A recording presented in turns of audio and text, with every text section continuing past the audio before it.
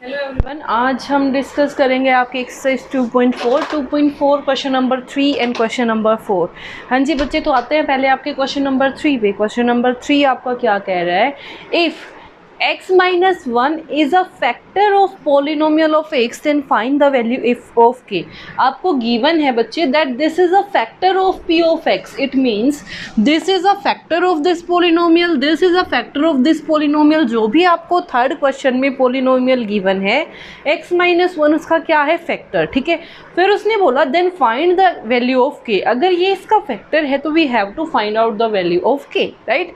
तो बच्चे हम पहले स्टार्टिंग से शुरू करते हैं। देखो उसने क्या बोला, अगर x माइनस 1 इसका एक फैक्टर है तो हम इजीली यहाँ से x की वैल्यू निकाल सकते हैं, राइट। अगर x माइनस 1 इसका एक फैक्टर है तो इट मीन्स इसको इक्वल टू 0 पुट करके यहाँ से किसकी वैल्यू निकाल सकते हैं, x की वैल्यू निकाल सकते हैं। निकाल ली हमने x की value.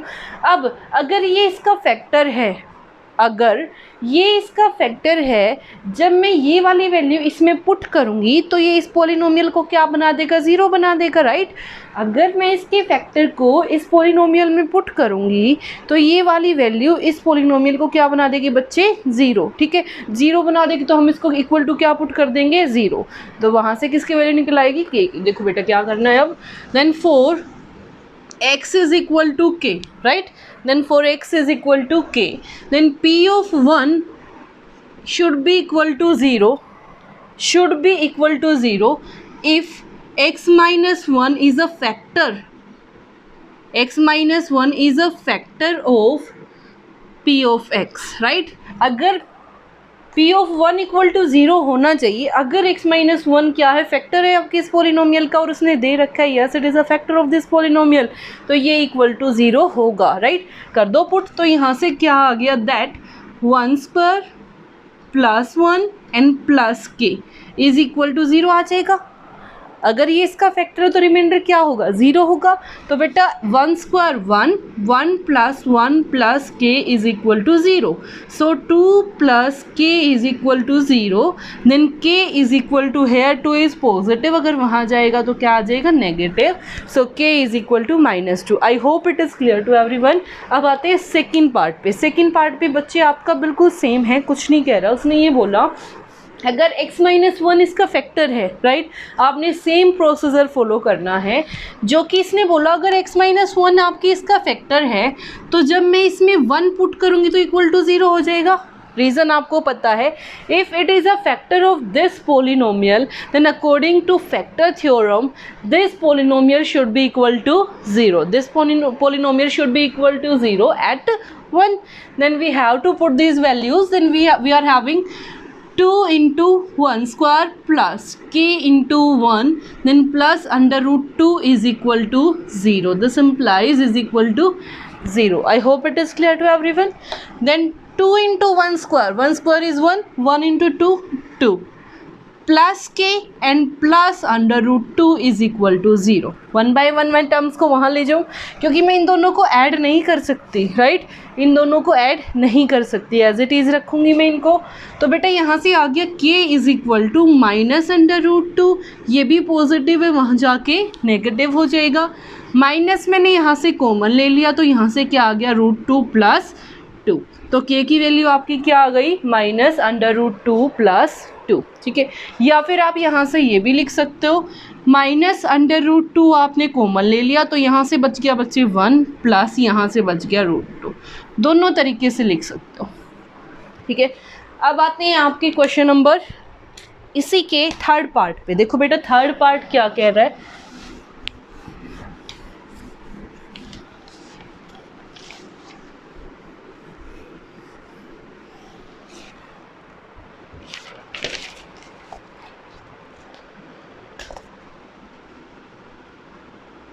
that p of x is equal to k x square minus under root 2x plus 1।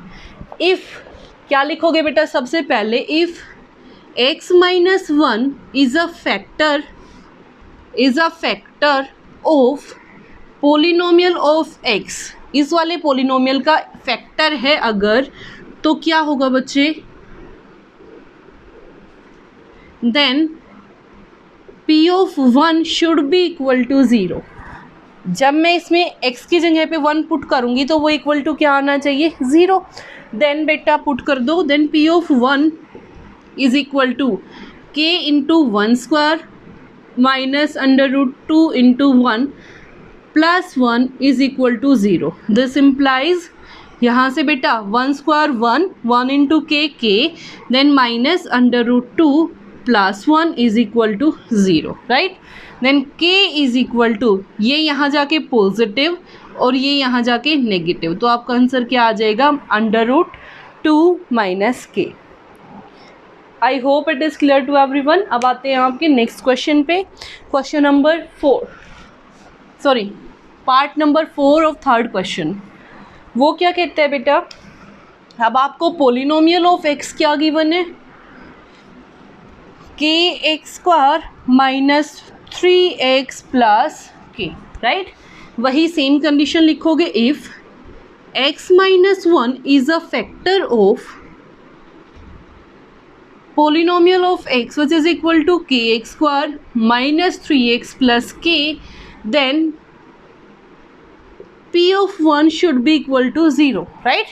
It means p of 1 is equal to k into 1 square minus 3 into 1 plus k should be equal to 0. This implies 1 square 1 into k is equal to k, then 3 into 1, it means 3 into 1 which is equal to 3, then plus k is equal to 0. We know k plus k is equal to 2k. ये यहाँ negative है बच्चे, वहाँ जाके positive, then k is equal to, ये यहाँ multiply में बच्चे, वहाँ जाके डिवाइड में, so k is equal to 3/2, ठीक है। अब आते हैं बेटा आपके क्वेश्चन नंबर 4 पे। क्वेश्चन नंबर 4 क्या कहता है, फैक्टराइजेशन। फैक्टराइजेशन आप पहले भी कर चुके हो। फैक्टराइजेशन के लिए आप कितने मेथड फॉलो करते हो, 3 मेथड फॉलो करते हो। First taking common, second using formula, third split middle term. आपने लास्ट क्लास में भी स्प्लिट मिडल टर्म किया होगा, एक बार फिर से उसी का काम करते हैं, फैक्टराइजेशन।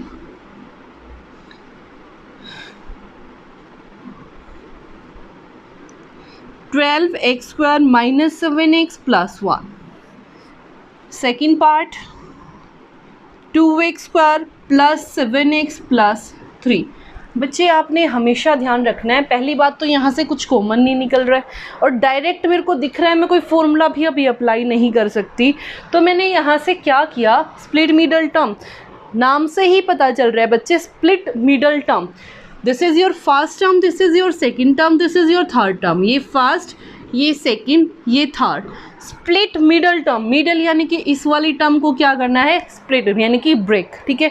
ब्रेक कैसे करना है, आप देखो बेटा, सबसे पहले इसकी मल्टीप्लाई इससे करो, क्या आ गया यहाँ से 12 into 1 which is equal to 12, ठीक है। अब आपने इस 12 के ऐसे फैक्टर बनाने हैं, ऐसे 2 नंबर फाइंड आउट करने हैं जिनको मैं मल्टीप्लाई करूं तो 12 आए और एडिशन और सब्ट्रैक्शन करूं तो -7 आए। बनाना शुरू करो factor. We know 12 into 1 is equal to 12, right. Then 2 into 6 is also 12, then 3 into 4 which is also 12, right. उसके बाद तो रिपीट होने शुरू हो जाएंगे फैक्टर। अब देखो बेटा, 12 और 1, 12 में से 1 गया 11, 12 में 1 प्लस किया 13, 7 तो नहीं बन रहा ना, it means it is incorrect. Again 6 plus 2 8 and 6 minus 2 4, लेकिन मेरे को चाहिए क्या 7, नहीं बन रहा। अब देखो बेटा 3 प्लस 4 7, राइट, बन गया हमारा, it means it is correct. लेकिन उसने एक कंडीशन क्या दी है बेटा, -7, राइट। तो -3 इंटू -4, जब भी आप 2 नेगेटिव नंबर को मल्टीप्लाई करते हो तो आंसर क्या हो जाता है बेटा, पॉजिटिव, ठीक है। तो यहाँ से क्या आ जाएगा 12, और जब -3 में -4 ऐड करोगे तो बेटा आंसर क्या आ जाएगा -7। तो बन गए आपके फैक्टर्स। अब आपने कुछ नहीं करना, फर्स्ट टर्म को एज इट इज़ रखो, सेकेंड टर्म को ऐसे लिख दो, -3 इनके साथ x है तो बच्चे x लगा के रख दो, -4x, और लास्ट वाली टर्म को भी एज इट इज़ रख दो। I hope it is clear to everyone. फिर वही स्टेप कॉमन लेके 2 टर्म्स में से जो आपको कॉमन आ रहा है वो कॉमन ले लो। इन दोनों टर्म्स में से क्या कॉमन आ रहा है, इसको मैं क्या लिख सकती हूँ, 3 into 4 into X then minus 3x minus 4x plus 1, 3 common, x common निकाल दो बाहर 3x, यहाँ से क्या बच गया बेटा 4, यहाँ से क्या बच गया x, बीच में क्या साइन है माइनस, ये पूरी टर्म बाहर ले चुके हो, इसको क्या लिख सकते हो मल्टीप्लाई बाय 1, 3 1 ज़ा 3 राइट। तो यहाँ से क्या बच गया अब आपके पास 1 राइट। अब देखो बेटा ये वाली ब्रैकेट आपको एज इट इज़ यहाँ रखनी है 4x माइनस 1, लेकिन मैंने क्या देखा यहाँ मेरे पास पॉजिटिव है, यहाँ ये वाली टर्म कैसी है नेगेटिव। जब भी आप ऐसी कंडीशन में फंसो तो यहाँ से -1 कॉमन ले लो राइट। तो यहाँ से क्या आ गया बेटा, ये एक टर्म ये दूसरी टर्म, इन दोनों टर्म्स में से क्या कॉमन आ रहा है 4x माइनस 1, 4x माइनस 1 मैंने यहाँ से कॉमन लिया तो यहाँ क्या बच गया बेटा 3x और यहाँ क्या बच गया -1। तो आपका आंसर क्या आ गया 4x minus 1 into 3x minus 1।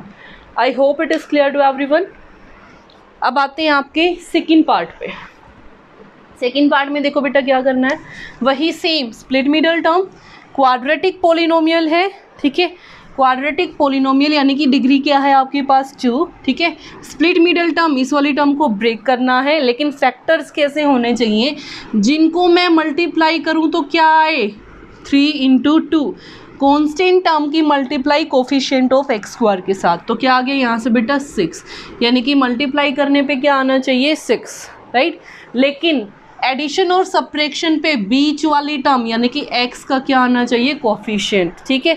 तो देखो बेटा इसके फैक्टर बनाना शुरू करो, 1 इंटू 6 और तो कुछ नहीं बन रहा, 2 ही बनेंगे। अब देखो बेटा 3 प्लस 2 5 नहीं बना तो it means it is cancel, then 6 plus 1 7 बन गया। तो आपको स्प्लिट मिडल टर्म यानी कि बीच वाली टर्म को ब्रेक करना है, फर्स्ट वाली term as it is, second वाली टर्म को ब्रेक करके लिखना है 1 into X X plus 6 into X 6 plus 3 right. अब इन दोनों में से क्या कॉमन है x, इसको मल्टीप्लाई बाय 1 लिख सकते हो, x इंटू 1 x रहेगा, कोई फ़र्क नहीं पड़ेगा। तो दोनों में से मैंने x कॉमन लिया, यहाँ क्या बच गया बेटा कॉमन आप लिस्ट पावर लेते हो, कम से कम वाली पावर ठीक है। दोनों फैक्टर में जो x की कम पावर है वो बाहर निकलेगी ठीक है। तो यहाँ से बच्चे क्या आ गया 2 एज इट इज़, x की एक पावर बाहर रख चुके हो, एक पावर यहाँ बच गई, देन प्लस यहाँ पे देखो बेटा x बाहर है, यहाँ आ गया 1 राइट, देन प्लस 3 दोनों में क्या है कॉमन, 3 को मैंने बाहर निकाल लिया, यहाँ से क्या आ गया 2x प्लस, इसको भी 3 इंटू 1 लिख सकते हो, 3 आप बाहर ले चुके हो, क्या बच गया 1। This is your first term, this is your second term, दोनों में से क्या कॉमन आ गया 2x प्लस 1। तो यहाँ से क्या बच गया बच्चे x, यहाँ से क्या बच गया +3 राइट। अब आते हैं आपके थर्ड पार्ट पे।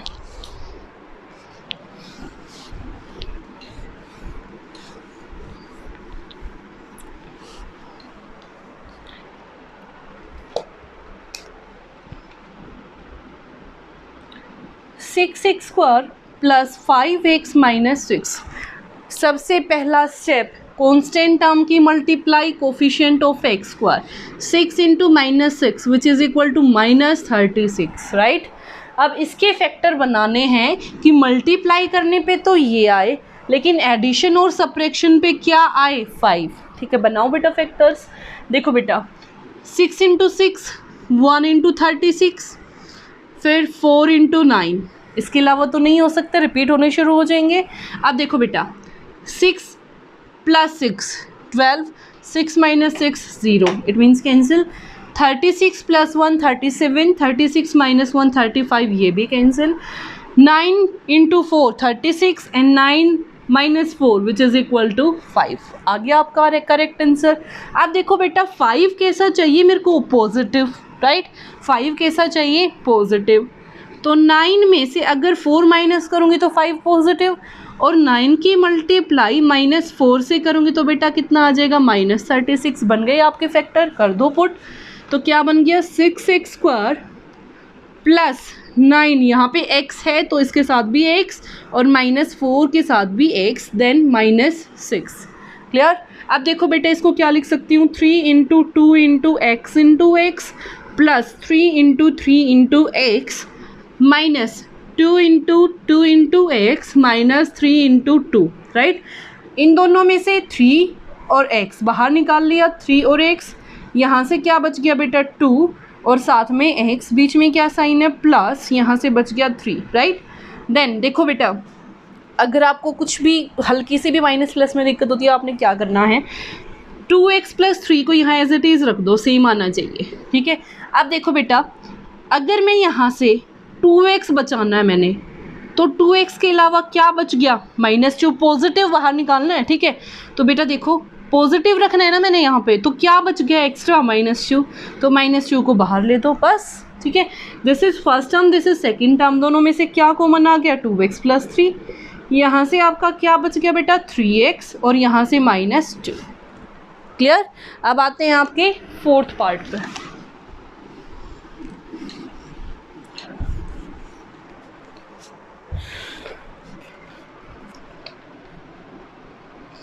(3x² - x and -4), right. अब देखो बेटा, सेम मैंने कांस्टेंट टर्म की मल्टीप्लाई करनी कोफिशिएंट ऑफ x² से, तो यहाँ से क्या आ जाएगा 3 × -4 which is equal to -12, right. और ऐसे फैक्टर निकालने हैं, देखो बेटा माइनस साइन साथ लेके चलोगे, इसका देखूँ तो मल्टीप्लाई में क्या है 1, तो क्या है -1, एडिशन और सब्ट्रैक्शन करूँ तो क्या है -1। देखो बेटा आपके सामने ये फैक्टर, मेरे को कुछ करने की ज़रूरत नहीं है। -4 × 3 -12 और -4 + 3 विच इज़ इक्वल टू -1, कर दो वैल्यूज पुट। क्वेश्चन में ही आपके क्या है फैक्टर्स, देखो 3x² आपका as it is -4x + 3x -4, right.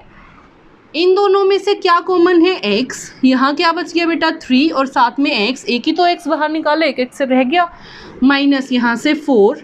अब देखो बेटा ये वाली पूरी टर्म एज इट इज़ यहाँ पे, अब आपको दिख रहा है ये पूरी एज इट इज़ यहाँ पे है, तो इसके साथ 1 तो मल्टीप्लाई में होता ही है, तो +1 यहाँ रख दो। क्लियर। ये फर्स्ट टर्म, ये सेकेंड टर्म, दोनों में से क्या कॉमन आ गया 3x - 4, तो यहाँ क्या बच गया बेटे x और यहाँ से +1। ये था आपका factorization. I hope it is clear to everyone. Thank you.